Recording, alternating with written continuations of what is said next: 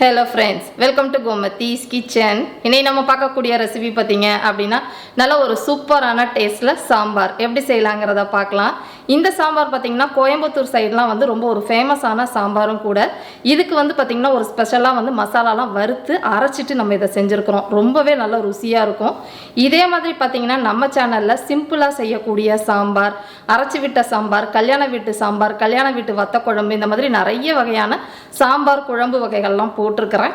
அந்த ரெசிபியோட லிங்க் எல்லாமே தனித்தனியாக கீழே டிஸ்கிரிப்ஷனில் கொடுக்குறேன். விருப்பப்பட்டா செக் பண்ணி பாருங்க. இப்போ வாங்க இந்த சாம்பார் எப்படி செய்யலாங்கிறத பார்க்கலாம். கோமதிஸ் கிச்சனை சப்ஸ்கிரைப் பண்ணாதவங்க சப்ஸ்கிரைப் பட்டனை ப்ரெஸ் பண்ணிக்கோங்க. உடனுக்குடனே அப்டேட் வேணும் அப்படின்னா பக்கத்தில் இருக்க பெல் பட்டனில் ஆல்ங்கிற ஆப்ஷனை மறக்காமல் ப்ரெஸ் பண்ணி வச்சுக்கோங்க. இப்போ சாம்பார் செய்கிறதுக்கு முதல்ல பருப்பை வந்து குக்கரில் வேக வச்சுக்குவோம். இந்த பருப்போடைய பார்த்தீங்கன்னா ஒரு பல்லு பூண்டு நறுக்கினதை சேர்த்துருக்கிறேன். கூடவே ஒரு 1/4 டீஸ்பூன் அளவுக்கு மஞ்சள் பொடி போட்டிருக்கிறேன்.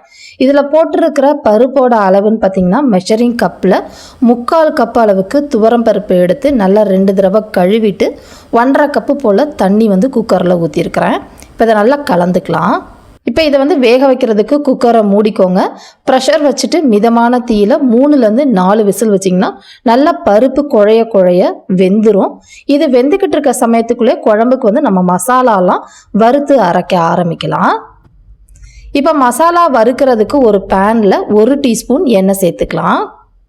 இப்போ எண்ணெய் நல்லா காஞ்ச பிறகு இதில் போட வேண்டிய சாமான்கள் ஒன்றொன்னா பார்த்துருவோம். இன்றைக்கி அளவுகள் எல்லாமே டேபிள் ஸ்பூன், நல்ல பெரிய ஸ்பூனில் எடுத்துருக்கிறேன். 1/2 டேபிள் ஸ்பூன் அளவுக்கு மல்லி விதை, 1 டேபிள் ஸ்பூன் அளவுக்கு கடலைப்பருப்பு, அதே அளவு 1 டேபிள் ஸ்பூன் அளவுக்கு துவரம் பருப்பு எடுத்துக்கோங்க. அடுத்ததாக காரத்துக்குன்னு பார்த்தீங்கன்னா வரமிளகா சேர்த்துருக்கிறேன். வரமிளகாவில் 4 வரமிளகாவும் 2 காஷ்மீரி மிளகாய் நிறத்துக்காகவும் சேர்த்துருக்கிறேன். சப்போஸ் காஷ்மீரி மிளகாய் இல்லைன்னா நீங்கள் தாராளமாக அதை ஸ்கிப் பண்ணிக்கோங்க. இப்போ போட்டிருக்கிற சாமான்கள் எல்லாம் நல்லா பொன்னிறமாக சவக்கிற மாதிரி வறுத்து விட்டுக்கலாம். ரொம்ப கருகிடக்கூடாதுங்க. இது கொஞ்சம் இந்த அளவுக்கு வறுப்பட்டு வந்ததுக்கு அப்புறமா இதில் மற்ற சாமான்கள் சேர்த்துக்கலாம். இதில் போடக்கூடிய சாமான்கள் எல்லாம் பார்த்தீங்கன்னா டீஸ்பூனில், சின்ன டீஸ்பூனில் 1 டீஸ்பூன் கூட நீங்கள் வீட்டில் இருக்கிறத எடுத்துக்கலாம். 1/4 டீஸ்பூன் வெந்தயம், 1/2 டீஸ்பூன் அளவுக்கு மிளகு, 1 டீஸ்பூன் அளவுக்கு சோம்பு, அதே அளவு 1 டீஸ்பூன் அளவுக்கு சீரகம், பட்டை நல்ல பெரிய பீஸாக 2 சேர்த்துக்கோங்க. இப்போ இந்த சாமான்களோடைய கொஞ்சமாக கருவேப்பிலை இலைகளையும் சேர்த்துட்டு நல்லா வறுத்து விடுங்க. முக்கியமாக சீரகம் கருகிடக்கூடாது, அப்போ கடுத்த வாசனை வர ஆரம்பிச்சிடும். இப்போ பார்த்தீங்கன்னா எல்லாமே ஓரளவு நல்லா பொன்னிறமாக செவந்து வந்திருக்கு, கருகலை. இந்த சமயத்தில் இதில் பார்த்தீங்கன்னா டேபிள் ஸ்பூனில் துருவின தேங்காய் ஒரு 2 டேபிள் ஸ்பூன் அளவுக்கு சேர்த்துக்கோங்க. 3லேருந்து 4 சின்ன வெங்காயம் சேர்த்துக்கோங்க. சின்ன வெங்காயம் இல்லை அப்படின்னா பெரிய வெங்காயம் கூட கொஞ்சமாக நறுக்கிட்டு சேர்த்துக்கலாம். அடுத்தது ஒரே ஒரு பல்லு பூண்டை பாதியாக நறுக்கி சேர்த்துருக்குறேன். இப்போ இதோடைய போட்டு அந்த தேங்காயோட பச்சைத்தன்மை போகிற அளவுக்கு வறுத்து விட்டுக்கலாம். இப்போ பார்த்தீங்கன்னா அந்த பச்சைத்தன்மை போய் ஓரளவு லைட்டாக அதுவும் பொன்னிறமாக இருக்குது பாருங்கள். இந்த அளவுக்கு வறுப்பட்டா போதும். இப்போ இந்த சமயம் அடுப்பை ஆஃப் பண்ணிவிடுங்க. அடுப்பை ஆஃப் பண்ணிவிட்டு இதை நல்லா ஆற வச்சுடுங்க. ஆறுனதுக்கு அப்புறமா அரைச்சிக்கலாம். இது ஆறிக்கிட்டு இருக்க சமயத்துக்குள்ளேயே நம்ம சாம்பாரும் செய்ய ஆரம்பிச்சிடுவோம். இப்போ சாம்பார் செய்கிறதுக்கு நல்ல ஒரு அகலமான பாத்திரத்தில் 1 டீஸ்பூன் எண்ணெய் சேர்த்துக்கலாம். எண்ணெய் நல்லா காஞ்ச பிறகு இதில் தாளிக்கிறதுக்கு 1 டீஸ்பூன் அளவுக்கு கடுகு, ஒரு 5-6 வெந்தயம் சேர்த்துக்கோங்க. கூடவே கொஞ்சமாக உளுத்தம் பருப்பும் போட்டு நல்லா இந்த அளவுக்கு பொரிய விடுங்க. பொரிஞ்சதுக்கு அப்புறமா இதில் சின்ன வெங்காயம் சேர்த்தோம் அப்படின்னா சாம்பாருக்கு ரொம்ப நல்லாயிருக்கும். நான் ஒரு 10-12 சின்ன வெங்காயம் சேர்த்துருக்குறேன். இல்லைன்னா பெரிய வெங்காயம் சேர்த்துக்கோங்க. கூடவே கொஞ்சமாக கருவேப்பிலை இலைகளையும் சேர்த்துட்டு ஒரே ஒரு பச்சை மிளகாவை இந்த மாதிரி உடச்சி விட்டு சேர்த்துக்கோங்க. முழுசாக போட வேண்டாம். கூடவே ஒரு 1/4 டீஸ்பூன் அளவுக்கு பெருங்காய பொடியும் போட்டு இந்த வெங்காயம் நல்லா கண்ணாடி மாதிரி ஆகிற அளவுக்கு வதக்கி விட்டுக்கலாம். இப்போ பார்த்தீங்கன்னா நல்லா வதங்கிருச்சு. இந்த சமயத்தில் தக்காளி, பெரிய சைஸ் தக்காளி 1 தக்காளி எடுத்துருக்கிறேன். சின்னதாக இருந்தால் 2 தக்காளி போட்டு வதக்கி விடுங்க. இப்போ இது வதங்கிக்கிட்டு இருக்கப்பே இந்த சாம்பாருக்கு தேவையான பாதி அளவு உப்பு, 1 டீஸ்பூன் டேபிள் சால்ட்டு போட்டு இந்த தக்காளி நல்லா குழைவாகிற அளவுக்கு வதக்கி விடுங்க. இப்போ பார்த்தீங்கன்னா தக்காளி ஓரளவு குழஞ்சி வதங்கிருச்சு. இப்போ இதில் போடக்கூடிய காய்கறிகள் 1 முருங்கைக்காய், 2 கத்திரிக்காய், கொஞ்சமாக பூசணிக்காய் எடுத்துருக்கிறேன். உங்கள்கிட்ட பூசணிக்காய் இல்லை அப்படின்னா இதுக்கு பதிலாக ஒரு கேரட்டை கூட நீங்கள் நறுக்கிட்டு சேர்த்துக்கலாம்.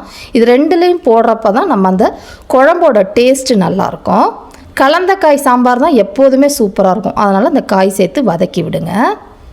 இப்போ இது வதங்கிக்கிட்டு இருக்கிறதுக்குள்ளேயே நம்ம மசாலா சாமான்கள்லாம் அரைச்சி எடுத்துகிட்டு வந்துடலாம்.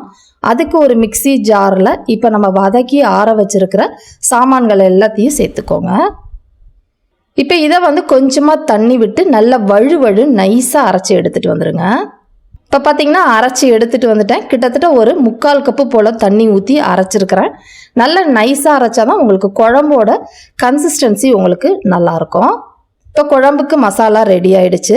இதை அரைச்சிட்டு வர்றதுக்குள்ளே பார்த்திங்கன்னா இந்த காயும் நமக்கு ஒரு பாதி அளவு வேகிற அளவு வதக்கி எடுத்துட்டோம். இப்போ இந்த சமயத்தில் நம்ம அரைச்சி வச்சுருக்கிற மசாலா எல்லாத்தையுமே சேர்த்துக்கோங்க. இந்த மசாலா போட்டு 2 கலந்து விட்டுட்டு மிக்சி ஜார்லையும் தண்ணி தேவையான அளவு ஊற்றி நல்லா கலந்து விட்டுக்கலாம். இந்த சாம்பாருக்கு தேவையான தண்ணியை இப்பயே சேர்த்துக்கோங்க. அதுக்கப்புறம் சேர்க்கணுன்னா நம்ம கொதிக்கிற தண்ணி தான் சேர்க்கணும். நான் பார்த்திங்கன்னா ஒரு 4லேருந்து 5 கப்பு மெஷரிங் கப்பில் தண்ணி ஊற்றிருக்கிறேன். இப்போ இதில் தேவையான அளவு உப்பு ஏற்கனவே பாதி அளவு போட்டுட்டோம். மிச்சம் 1 டீஸ்பூன் உப்பு இப்போ சேர்த்து நல்லா கலந்து விடுங்க. இப்போ இந்த காய்கறிகள் நல்லா வெந்து மசாலாவோட பச்சை வாசனைலாம் போகிற அளவுக்கு கொதிக்க விடுங்க. இப்போ பார்த்தீங்கன்னா தெரியும், அந்த குழம்பு நல்லா கொதிச்சு காயெல்லாம் நல்லா வெந்து இந்த அளவுக்கு வந்திருக்குது. இப்போ இந்த சமயத்தில் அதாவது காய்கறிகள் வெந்ததுக்கு அப்புறமா புளி தண்ணி சேர்த்துக்கலாம். ஒரு சின்ன நெல்லிக்காய் அளவுக்கு புளியை கரைச்சிட்டு தண்ணி சேர்த்துக்கோங்க. கூடவே பார்த்திங்கன்னா வேக வச்ச பருப்பையும் நல்லா குழைய மசிச்சு வச்சுருக்கிறேன். இதில் பருப்பாக இருக்கிறத விட குழைய மசிச்சிங்கன்னா தான் நல்லாயிருக்கும் உங்களுக்கு குழம்பு. இப்போ இது எல்லாம் சேர்த்து நல்லா கலந்து விடுங்க. குழம்பு பார்த்திங்கன்னா டக்குன்னு நமக்கு மசாலாவுக்கும் பருப்புக்கும் நல்ல திக்காய் வந்திருக்கும். இந்த மாதிரி சமயத்தில் கொதிக்கிற தண்ணி தான் சேர்க்கணும், பச்சை தண்ணி சேர்க்கக்கூடாது. நான் பார்த்திங்கன்னா குக்கர் பாத்திரத்திலேயே ஒரு 2 கப் அளவுக்கு தண்ணியை கொதிக்க விட்டுட்டு இப்போ சேர்த்துருக்குறேன். பச்சை தண்ணி சேர்த்திங்க அப்படின்னா சாம்பார் சல்லுன்னு ஒரு மாதிரி டேஸ்ட்டே இல்லாமல் இருக்கும்.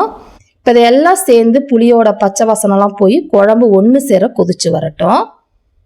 இப்போ பார்த்தீங்கன்னா ஒரு 6-7 நிமிஷமாக நல்லா கொதிக்க விட்டுருந்தேன். குழம்பு நல்ல கன்சிஸ்டன்சியில் ரெடி ஆயிடுச்சு. காயும் நல்லா பக்குவமாக வெந்துருச்சு. இப்போ இந்த சமயத்தில் கடைசியாக 1 டீஸ்பூன் அளவுக்கு நெய் சேர்த்துக்கிறேன். சாம்பாரில் கொஞ்சமாக நெய் போடுறப்ப நல்ல வாசனையாக இருக்கும். அதுவும் கடைசியில் சேர்க்குறப்ப வேணான்னா நீங்கள் தாராளமாக இதை ஸ்கிப் பண்ணிக்கலாம். கூடவே பொடியாக நறுக்கினா கொத்தமல்லி கருவேப்பிலை இலைகளையும் சேர்த்துட்டு நல்லா கலந்து விட்டு அடுப்பை ஆஃப் பண்ணிவிடுங்க. குழம்போட கன்சிஸ்டன்சி பார்த்தீங்க அப்படின்னா இந்த அளவுக்கு கொஞ்சம் குழப்பாக இருக்கணும். ரொம்ப தண்ணியாகவும் இருக்கக்கூடாது, ரொம்ப கெட்டியாகவும் இருக்கக்கூடாது. இந்த அளவுக்கு இருந்துச்சு அப்படின்னா ஆறுனதுக்கு அப்புறமும் குழம்பு கொஞ்சமாக கெட்டிப்படும். அப்போ சாப்பிட்றதுக்கு இன்னும் நல்லா டேஸ்ட்டாக இருக்கும். இப்போ நம்மளோட சூப்பரான மசாலா சாம்பார் ரெடி ஆயிடுச்சு. இதே மாதிரி அளவுகளோட இந்த சாம்பாரை நீங்களும் செஞ்சு பாருங்கள். செஞ்சு பார்த்துட்டு எப்படி இருக்குது அப்படிங்கிறத கமெண்ட் பண்ணுங்கள். வீடியோ பிடிச்சிருந்தாலும் கமெண்ட் பண்ணுங்கள், லைக் பண்ணுங்கள், ஷேர் பண்ணுங்கள். மறக்காமல் கோமதிஸ் கிச்சன் சேனலையும் சப்ஸ்கிரைப் பண்ணி வச்சுக்கோங்க. தேங்க்ஸ் ஃபார் வாட்சிங்.